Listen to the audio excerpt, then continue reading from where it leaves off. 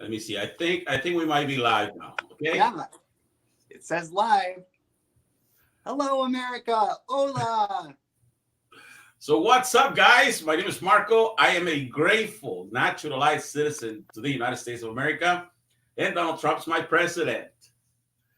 So I'm here with Lady MAGA, and you know, you and I we have been talking for some time already on social media, right? Right. You looked me up. You said, "Hey, what's up?" And I was very, I was very honored that you felt, the freedom to say, "Hey, this is a Latino Trump supporter," and somehow me and I we share some common denominator here, right? Because you're a minority with an a minority. Now, Yeah, no, absolutely. I feel a true connection to Latinos for Trump because the media tries to pretend that you don't exist, and you guys are often silenced and insulted. And so I have a special place in my heart for Latinos in general. I lived in South America and I've traveled extensively in Mexico. And I just feel like Latino people are warm and loving and family oriented. And some of my closest friends in my life are Latinos. And like I always say, the future of our country is Latino demographically. It now just is. I saw that comment a while back by you, and I saw a lot of people really they fought back and they didn't like that comment.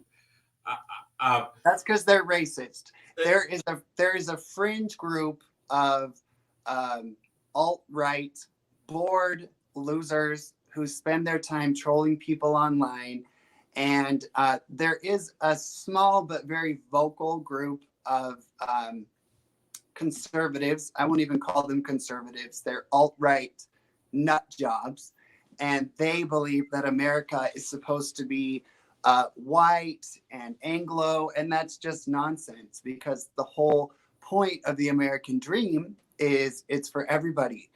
That being said, culturally, America, I do not believe is a place where we should embrace all cultures and all cultural norms.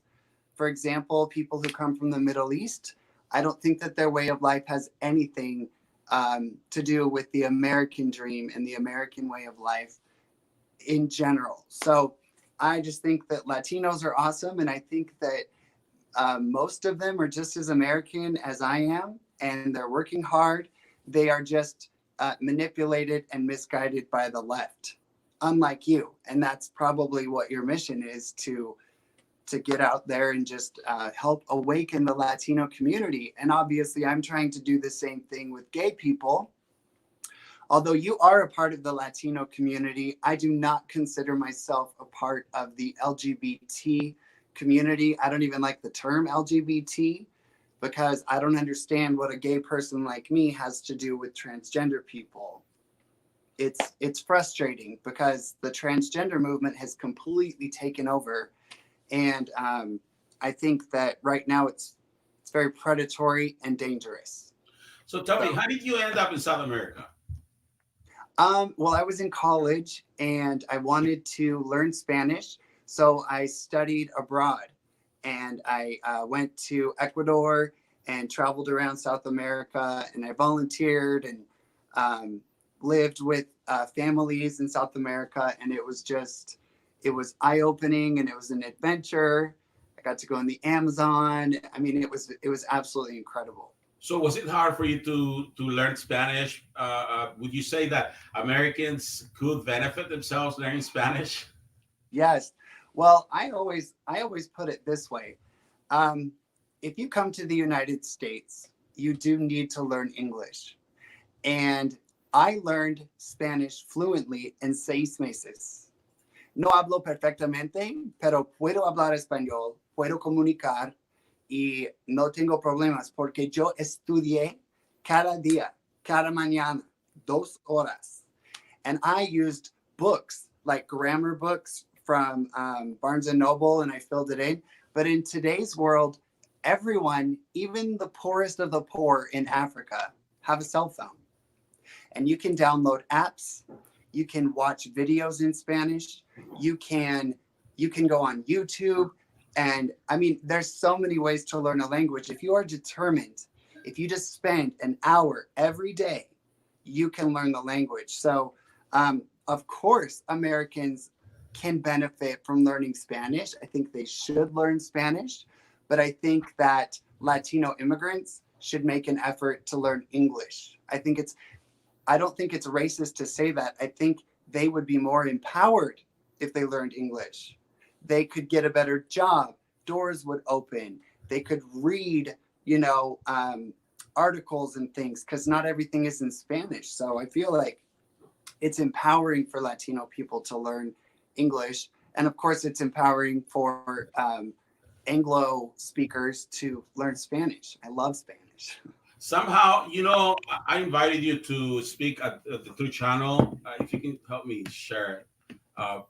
But for some reason, it's going into my profile, my personal profile right now, because the True Channel is having, they're redesigning the whole system, and we have a new server. So this is a Spanish media outlet, and we're trying to be a pro-Trump Spanish media outlet that would fight Univision and that would fight Telemundo. So that's amazing.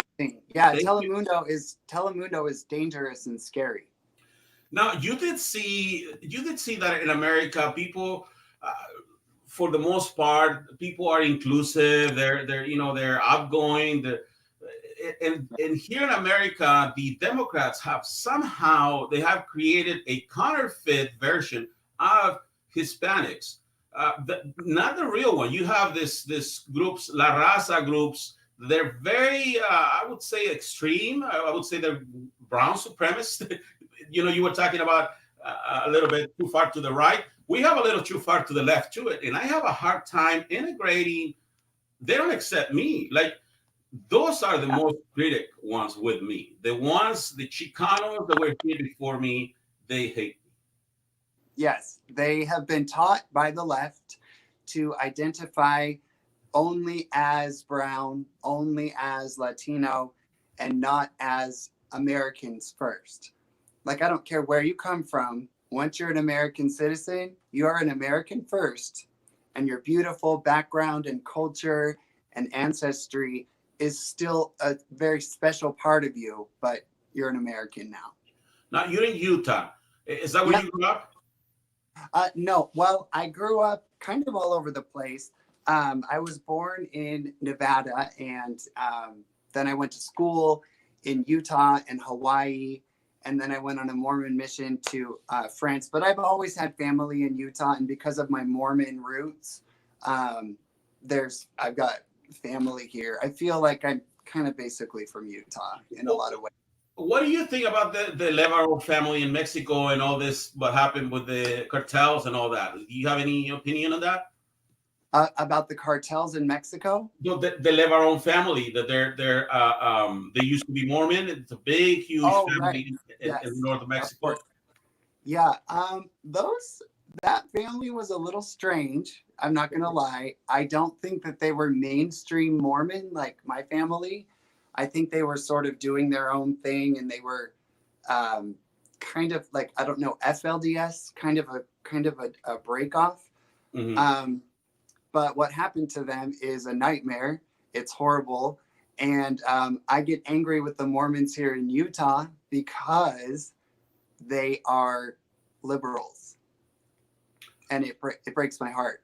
They are bleeding heart Christians, and they interpret being a good Mormon and being a good Christian by allowing anyone to come into Utah and voting for, well, like our Republican governor, I think he's a Mormon, and he specifically asked the federal government to send us more refugees. And so the Mormons really are starting to piss me off, because they're great people, they're family oriented, but they are more and more liberal. And so I feel like my personal profile. but it's going as a friends only. So it's probably not gonna go to all the pages. I'll share it later. Once Oh, we're done I'm with not this. worried about it. I'm just But glad to talk. what do you think about Romney though? You're in Utah now. Here, this is a guy. Check this out. So Romney is the first candidate ever that I got to cast a vote for as an American citizen, because I became an American citizen in 2003, I believe. Yeah. He was my first one. Let's put it that way. Well, what a disappointment. Back in the day, we did not realize that Romney was going to completely betray us. He is a wolf in sheep's clothing. He wears the cloak of Mormonism. He uses the term conservative, but he is a liberal. He is a monster, and he is a traitor to our country. He's a traitor to Utah. All conservative Utahns that I know are disgusted with him, and we want him out of the picture. We want him gone. He is shameful. So I'm hoping that in future elections, people remember what Romney has done, and they'll be a little more careful to vote for someone just because they're Mormon. I feel like the Mormons felt obligated to support Romney because they, they wanted a Mormon in office. And like I said, just because somebody's a Mormon doesn't mean that their family values and their good lifestyle crosses over into being a legitimate conservative. It's really disturbing. Do you think that him casting this vote for more witness going against 99% of the Republicans, I would think, is that a strategy? Is he trying to be like the sober voice of the Republicans? What is he really trying? What message do you think he's sending since he's in Utah? Because that affects Utah. That puts Utah on the map, saying, "Hey, what's up, guys? Why are you guys going against the current here?" Yeah, to tell you the truth, I have no idea why he would do that. I really don't. I always respect that person that has the guts to go, because he could be the one that is right. I mean, let's put it that way, because Ted Cruz, I respect a lot Ted Cruz during the nomination for Trump, because he also stayed against the current like that. And I said, well, even if he's wrong in my eyes, I don't agree with him, but I respect that he is being true to the people he represents. So my question here is, do you think that the people that support Romney or the people that he represents feel that way about the rest of the nation? I think that the people who voted for Romney feel betrayed. Completely betrayed. The way, like, I know my nephew, he's a conservative here in Utah, and he's tweeting all over the place, "Get rid of Romney, dump Romney, how dare you?" To quote Greta Thunberg, "How dare you?" But I think that yes, going against the grain can be an admirable thing, but the reality is right now, if we do not get President Trump reelected and we have one of these radical leftists put in office like Bernie Sanders or Elizabeth Warren, our nation will quite literally be in grave danger. And so Trump is our one and only effective and legitimate weapon against radical socialism and the radical left right now. So we need to unite and get him in office.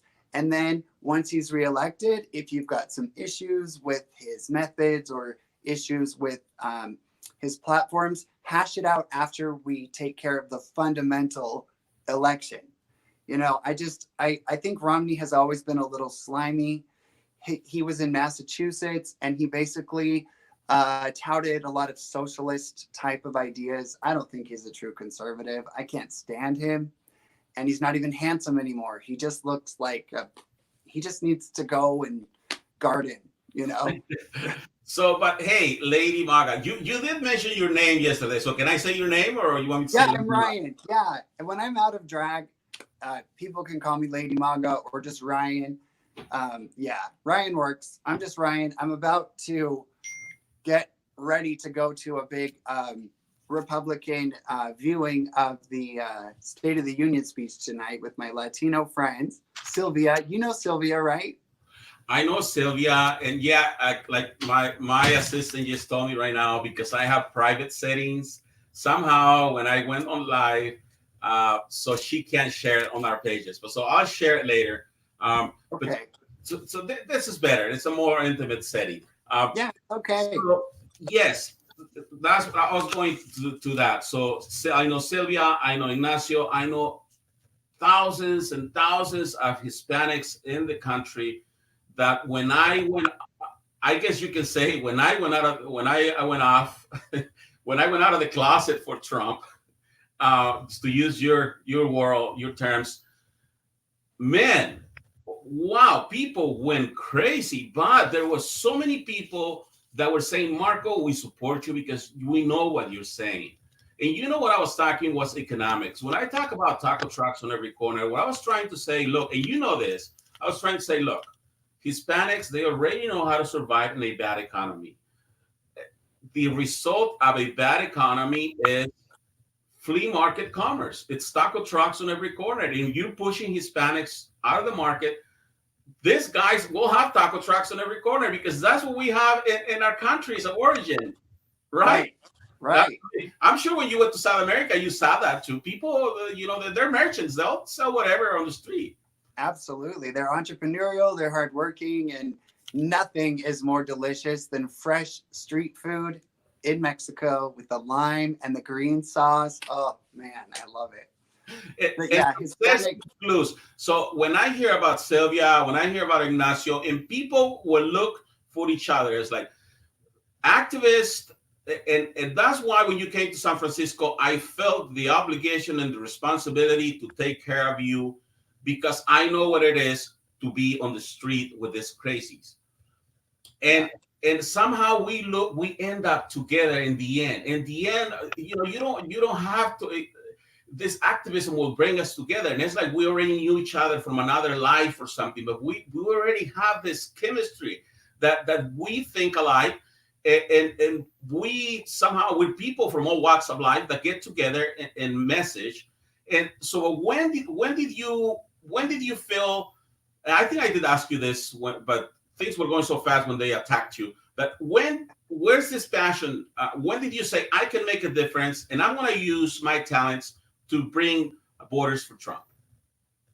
Oh my gosh. Well, I was happy when Trump was elected, but at that time, my only opportunity for performing and expressing myself and having a stage was in the mainstream drag community. So I didn't dare say that I voted for him or that I supported him. But watching what the mainstream fake news did to our president, and then listening within the LGBT cult, I don't call it a community because right now it's a cult.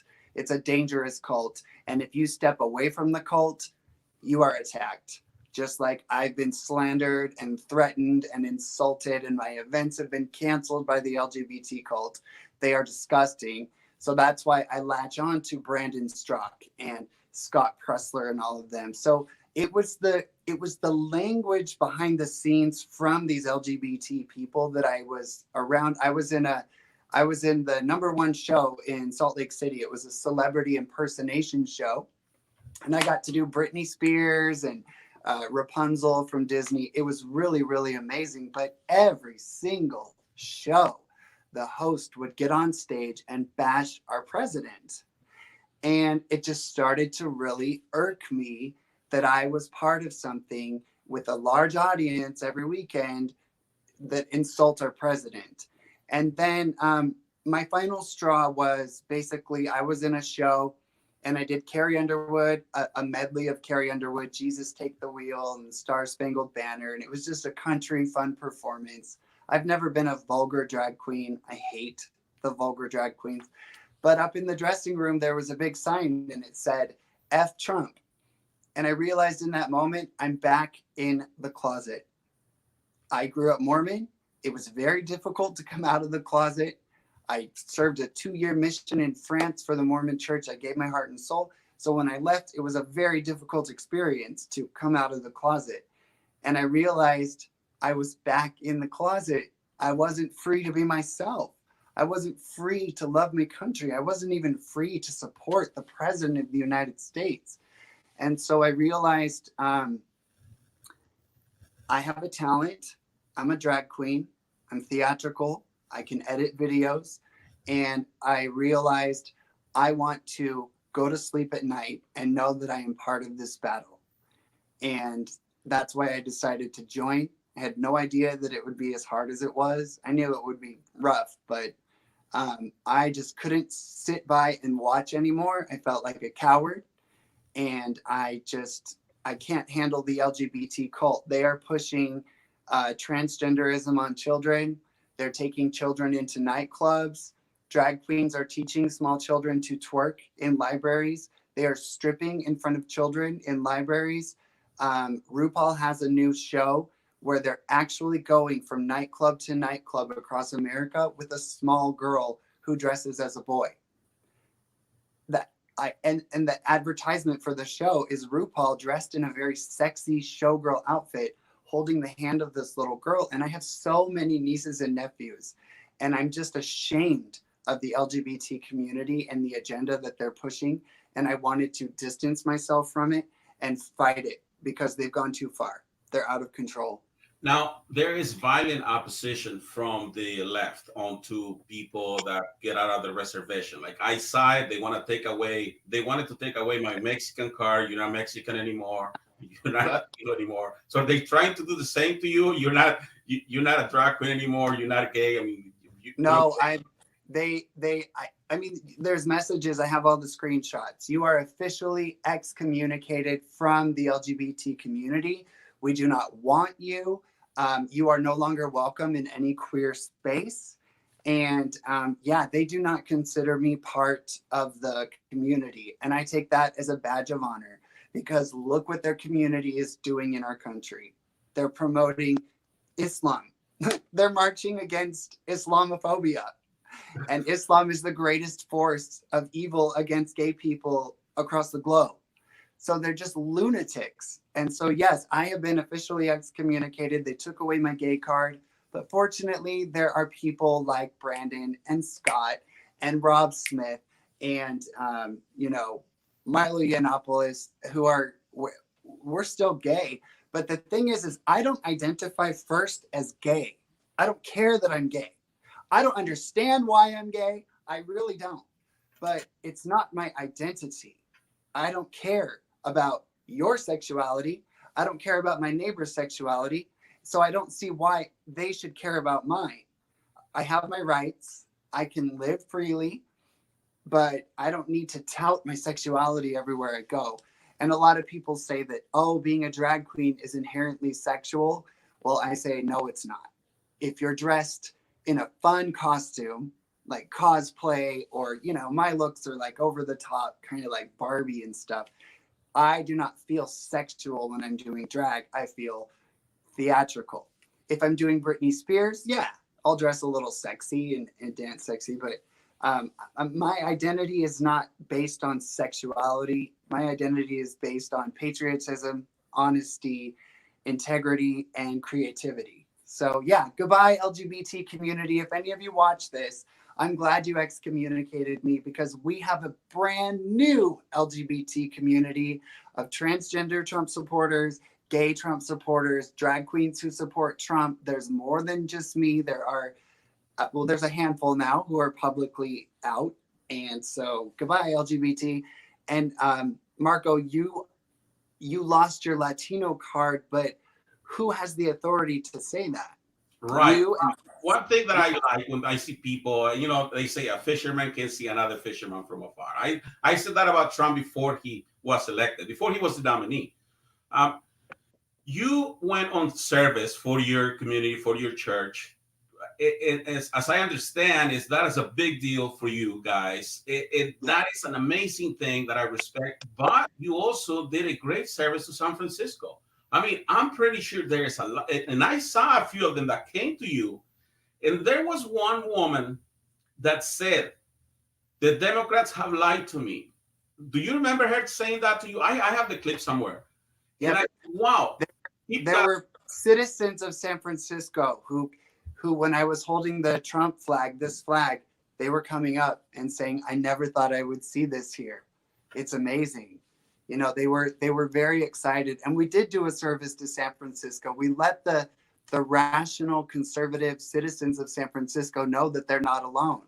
And Marco, the reality is, and it's an unfortunate reality, most conservatives do not have the courage that you and I have to speak out. They watch from the sidelines. And we carry a great responsibility to not give up and to continue to inspire them.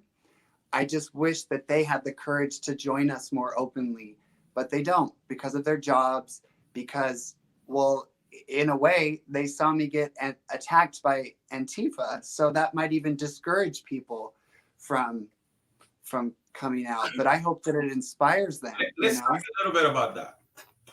Have you had experience with Antifa before? Because with their the way these guys work, they have a couple layers of command there.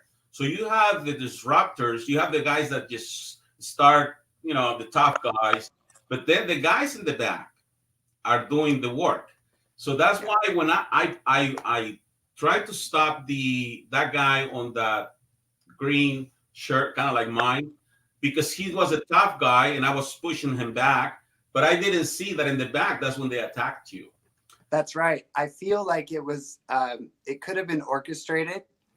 This guy's going to go tip over the tent. Well, I know it was orchestrated because that little, I can't say something that rhymes with maggot, but I want to call him a little, um, he was following me the entire time. I was picking up human poop and needles and garbage. And he was just standing there so creepy, flipping us off, not responding to our comments, just followed me with his cell phone. And because my hat says Lady MAGA, I guarantee they Googled me and figured out who I was. And I believe that's why I was specifically targeted, because nothing makes them more angry than to see someone who left their cult. And that's what a cult does. They chase down people who leave. Like Leah Remini, she left Scientology and whatever, they attack her. I don't know if all Scientology is a cult. I'm just saying that an organization that attacks people who leave is dangerous. And I think that's why they specifically planned their moment to get my MAGA hat and attack me. And I just thank God and Jesus above that I was able to retrieve my hat and they did not win. That is So, a moment in my life that I thank God. I believe I was protected and people intervened, and that coward ran off after he punched me.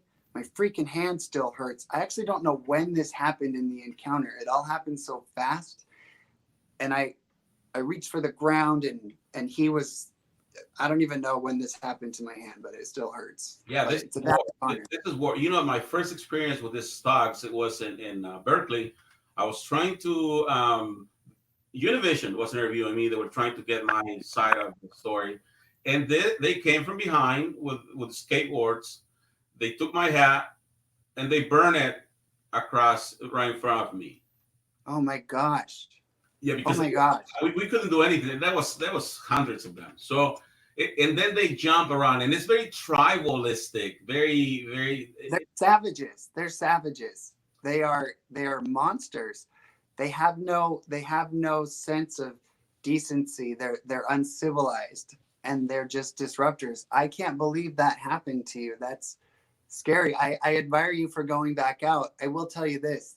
Next time I go to an event where there is potential for this kind of conflict, I'm going to wear a body camera and I'm going to have a friend or somebody with me who's just ready to video at all times, because video is my only weapon. No one goes after Antifa. They get away with whatever they want, especially in California. And so our only weapon is what you and I are doing right now, trying to get the message out there. And even then, we are silenced, we are shadow banned on Twitter and Instagram. If you put the wrong hashtags, you go into an algorithm that actually limits your exposure. So which takes me, I am shadow banned on Twitter, and I have never had a video go over 1 million views. And your video, the video I took of you clapping on that person or whatever that was screaming at you. So there's over 1 million people that have seen you clapping. How do you feel about that? I feel great. I wish you would have tagged me in it, because then they would have seen who it was, but they didn't. They didn't see. I don't think they know that it was a drag queen. A lot of people have already figured out who you are, and they say if you go to the comments, they say thank you, Lady MAGA. So yeah, they already figured. Well, I just am glad the video itself went viral, because it is the perfect video to demonstrate the lunacy of the left. That poor woman, she is screaming like a maniac. She's so full of anger and hate and fear. And she is just a victim of the manipulation that the left has. And obviously she believes that we are some sort of evil monsters. And it's so sad, especially because that girl with the right hair and some makeup, she could be a pretty young woman living her life. But I think she identifies as him, because in another clip, he says, "Get your hands off her," and then says him. So God only knows what she identifies as. But we all know, if she has a uterus and a vagina, she is a woman, not a man. Well, what I saw is she was there before, and she was dancing around the same way. She was, whatever. She was saying something about diapers. And then I went, and we were streaming. You can go to Frontline America Radio, and you will see the stream. It's got like 100,000 views already too. Good. Then I went to Taiho and I said, Taiho, something is going on, because I saw that she went away. She went out, and then she came back with this huge dude. That's the guy that attacked you, or the guy that said, don't touch her. So I knew they were orchestrating something. They went across the street. We followed them, and I told Taiho, these guys are about to do something. And yes, that's exactly what they did. But I thought they were going to try to, I don't know, hit somebody. But no, they scream like they're possessed, like demons. Right. Like, really, honestly, I do believe in a universal force of good and light. I call it Jesus. And I believe in a universal force of evil. And those people were filled with evil. I stayed way longer than almost everybody, and I actually wanted to engage and talk to these people. So we had a conversation, but they wouldn't listen. I was being very nice to them. I was trying to find common ground. I said, hey guys, you know what? We all love Disney. What's your favorite Disney movie? Let's talk about that first. And they just screamed, Walt Disney was a Nazi sympathizer. And I was like, there's no winning with you. You don't want to find common ground. That's the thing, is the left does not want to bring people together. They love the division, and they're just the puppets for the leaders who, like Elizabeth Warren, shouting, race does matter. What the hell? Like, no, it doesn't. We're all just people. We're Americans together. Why do you have to scream that? So they were just following their narrative, and they were filled with evil. They were filled with hatred. And that girl screaming, she really does look like a demon. Now you have beautiful, nice blue colors, Bernie Sanders colors, but it says socialism sucks. Now, Bernie has a Hispanic, a Latino side, and they call him Unidos con Bernie. Okay, so I fixed that and I put jodidos with Bernie. Jodidos. Jodidos means like broke or fucked or. Oh yeah, okay, good. Yes. Oh, I love. But anyway, that. Now there was a lady there that had a Bernie sign. She was crying. These Bernie supporters, they are hardcore. They, diehard supporters. We should be worried with that, don't you think? I mean, oh, absolutely. One of the protesters was actually crying, holding her sign. Yeah, one of the girls, that young girls at the beginning. Oh, you went out there? Yeah. So sad. Yeah, Bernie Sanders is a radical, and he's no dummy. He knows exactly what he's doing.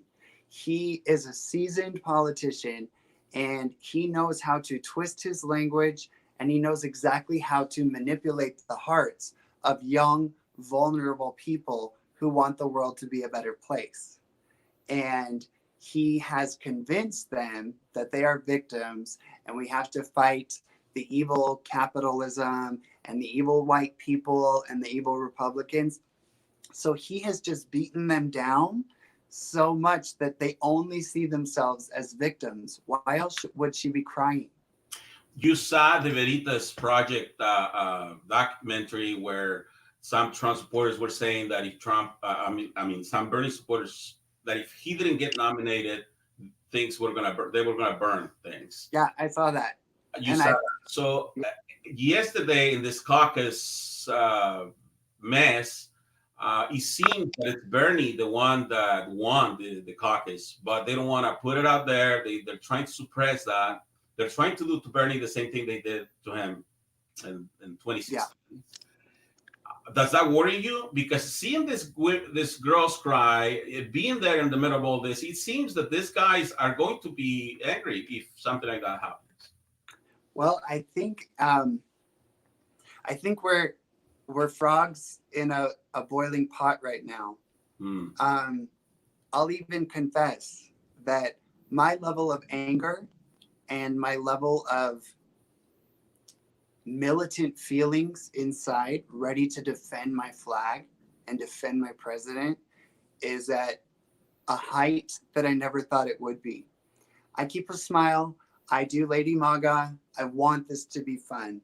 But deep inside, I feel something burning, for lack of a better phrase. I feel the burn on the inside that, especially after being in San Francisco and being followed by those people and seeing San Francisco, this magnificent beacon of America, turned into a third world shithole, which is what it was.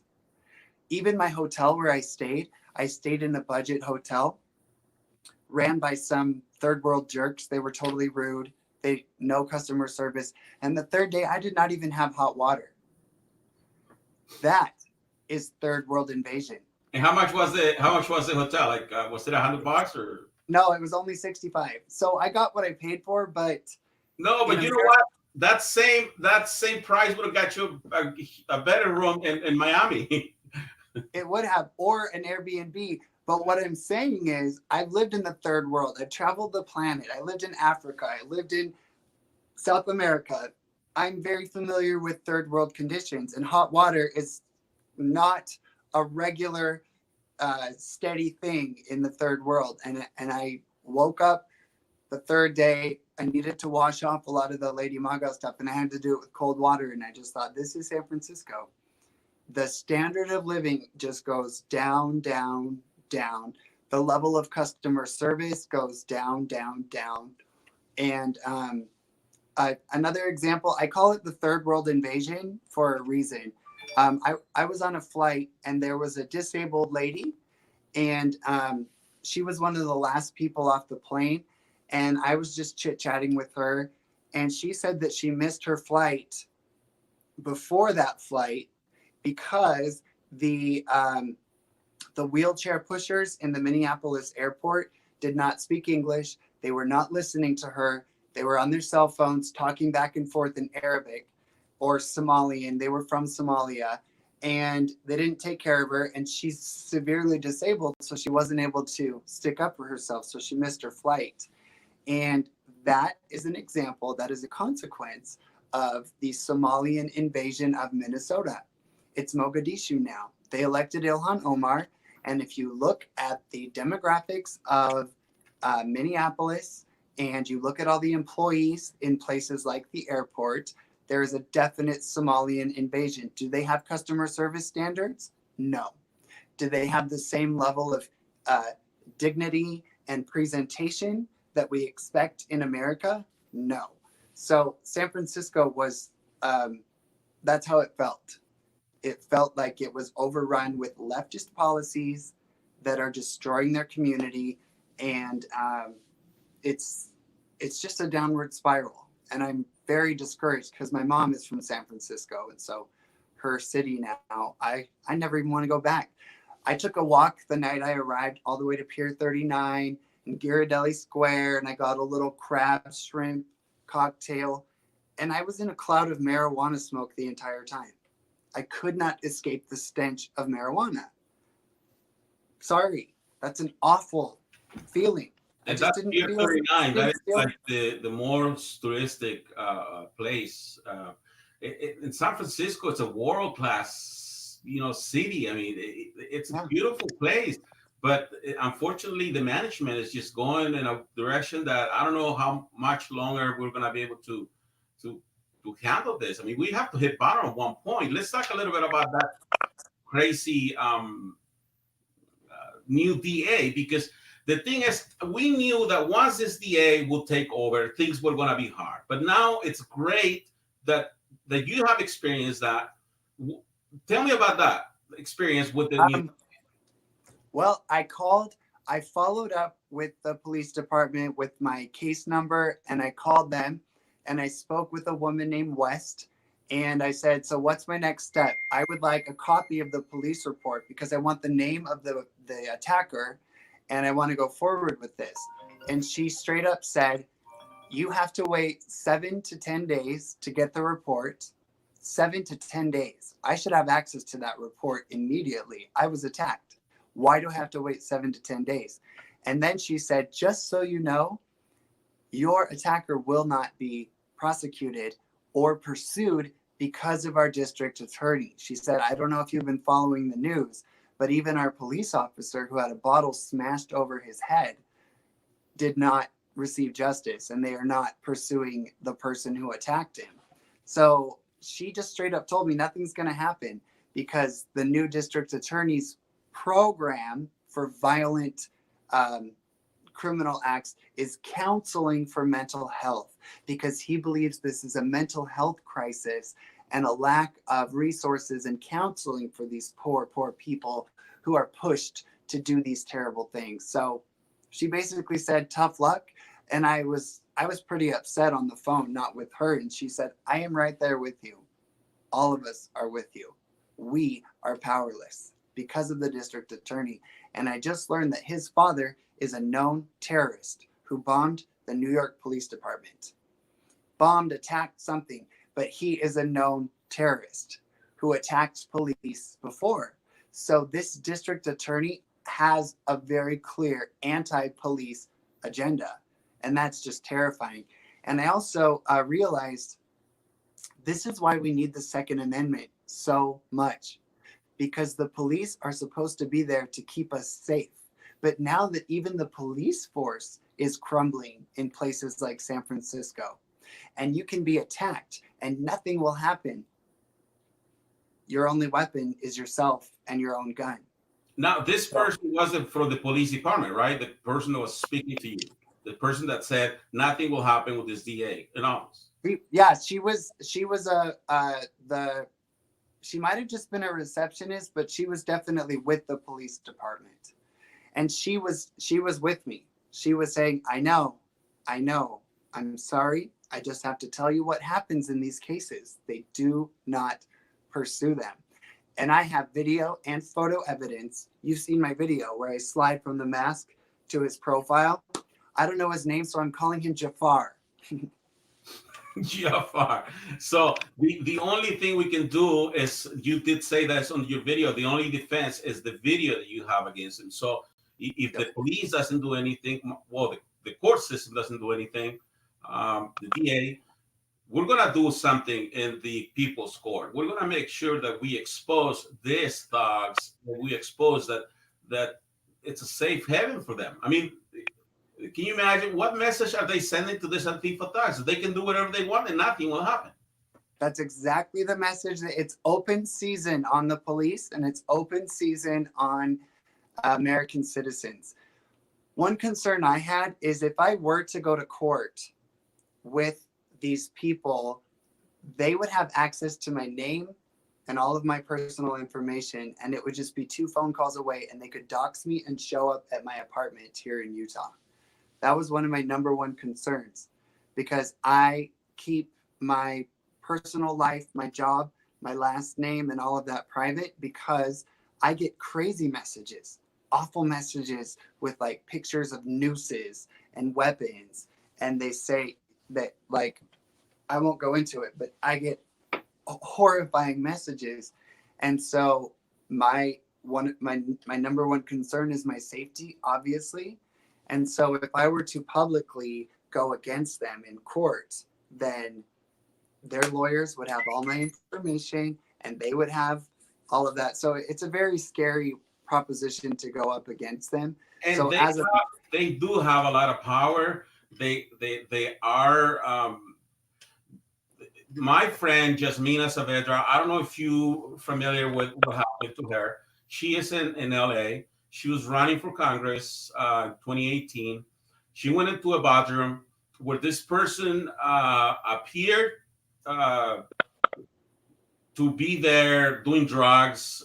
So the guy wasn't dressed as a woman, but he claimed that he was a transgender. So that was actually. Right. Did you hear about that incident?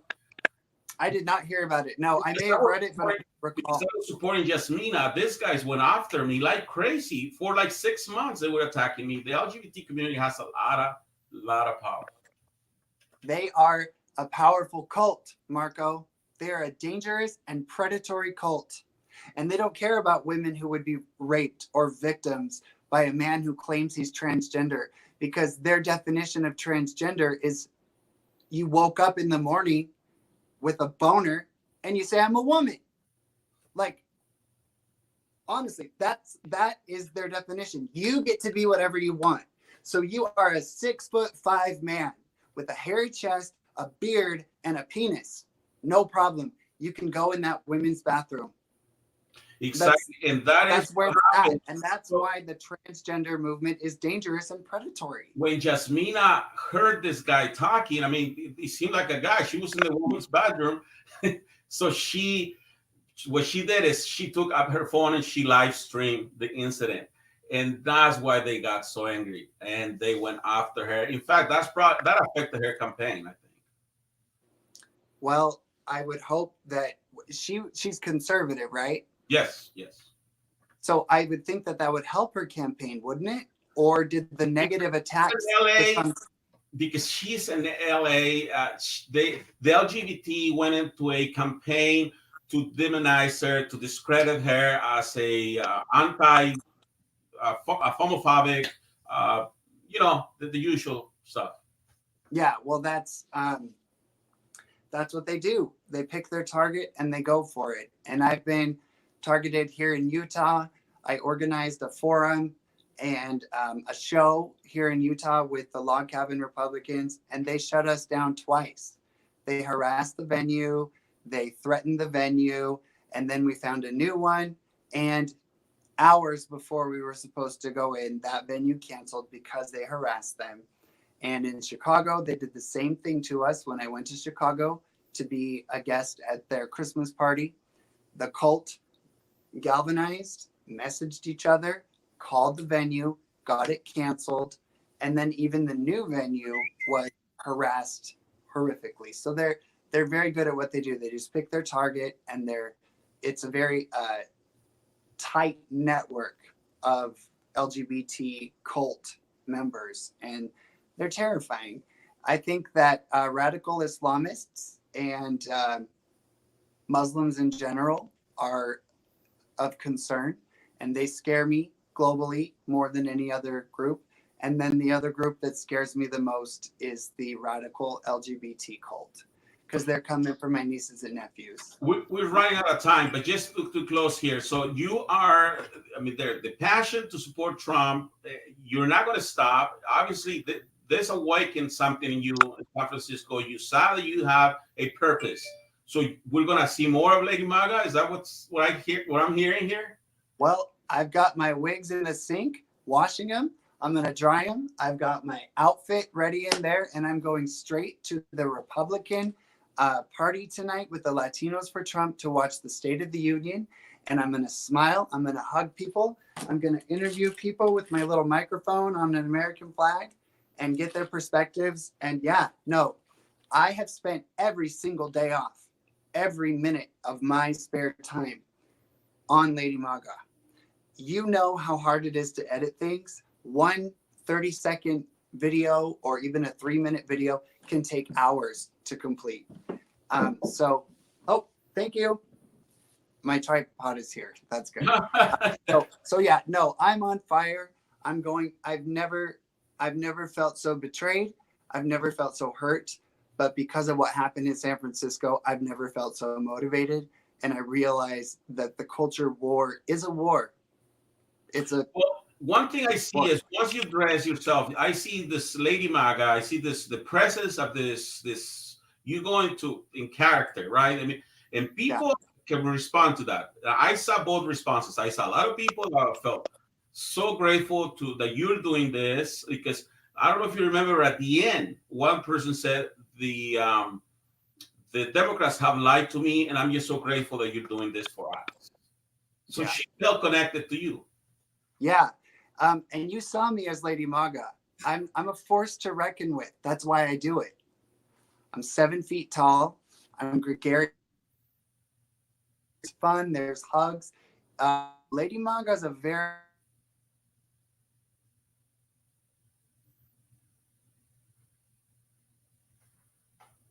The screen start frozen, getting frozen here. I'm gonna give a second here. Let me see. So that was Lady MAGA, guys. Let me see. Yeah, no.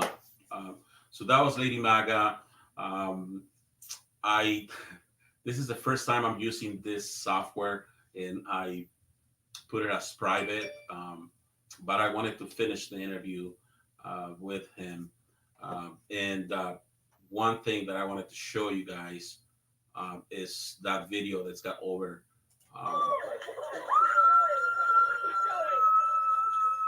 over 1 million views. And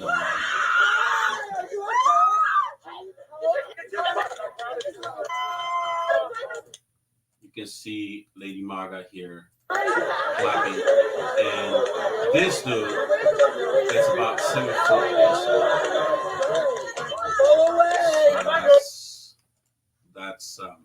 That's why I wanted to interview Lady MAGA, because this video of the event in San Francisco has got over 1 million views. So thank you for watching. I'm gonna edit this and I'm gonna restream this on the True channel. And again, thank you for supporting my new show, Let's Talk About Politics. And talk to you soon. Hey, Marco. I'm not sure if that was my end or your end. I'm not sure. If I that don't was... know. Yeah. I don't know. We're back. Okay. Oh, we're back. Okay. So I was just saying bye to everybody. But so in closing, so how can we find you? What? How can we support your activism? That's the main thing. I'm doing my part here. And I see that Ignacio is doing his part, and I see a lot of people across the country that are embracing what you're doing. So how can we support you, and where can we find you? Well, I appreciate that. I have not asked people for money, really. If they'd like to financially support me, obviously it costs money to travel and do all the things that I do. So my Venmo is one word, Lady MAGA USA. They could donate through Venmo. Please follow me on Twitter. Please follow me on Instagram and Facebook. Please comment. Please share my materials. And I think that's the best way. Just support me. If I post something, please share it if you agree with what it was. And yeah, I'm just getting started. I don't care if I never make a lot of money or anything like that. I just want our president reelected. And when he is reelected, then I'm going to be able to take a month off and just forget about Lady MAGA for a while, because it's exhausting to be Lady MAGA. I think you could tell that outfit that I wore was not comfortable. How far are you from Vegas? We have an event in Vegas that I think you should be part of. I'm going to talk to the organizers.